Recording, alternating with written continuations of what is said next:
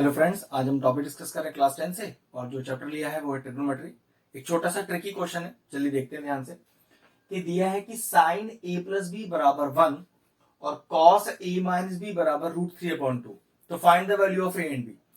अब इसमें यूज है हमें ट्रिग्नोमेट्रिक टेबल का। वो किस तरह से कि साइन थीटा बराबर 1, तो आप अपनी ट्रिग्नोमेट्रिक टेबल चेक कीजिए और चेक करिए कि कौन से एंगल पर साइन की वैल्यू 1 होती है। तो टेबल को या तो याद कर लीजिए या उसको बनाना सीख लीजिए, तो आपको पता चलेगा कि 90 डिग्री पर साइन 1 होता है। तो समझो इसे कैसे लिखना है। जैसे हमारे पास लिखा हुआ है कि sine A plus B is equal to 1, लेकिन टेबल बताता है कि sine 90 degree is equal to 1।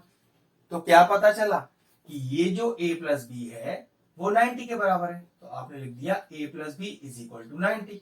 ये लीजिए रिलेशन मिल गया a और b के टर्म्स में। इसी तरह से cos a minus B equal to √3/2।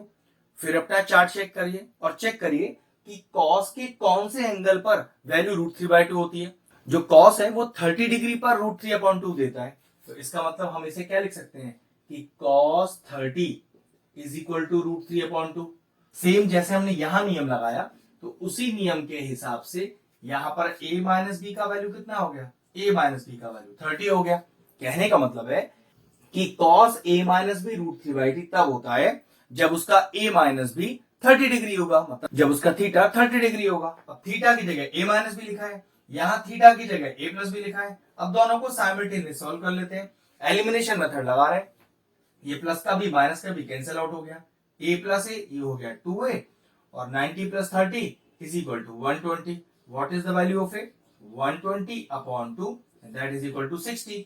क्योंकि एंगल की बात कर रहे हैं तो 60 डिग्री लिख दीजिएगा। इस इक्वेशन या इस इक्वेशन को यूज करके b निकाल लेते हैं। चलिए फर्स्ट इक्वेशन यूज कर लेते हैं।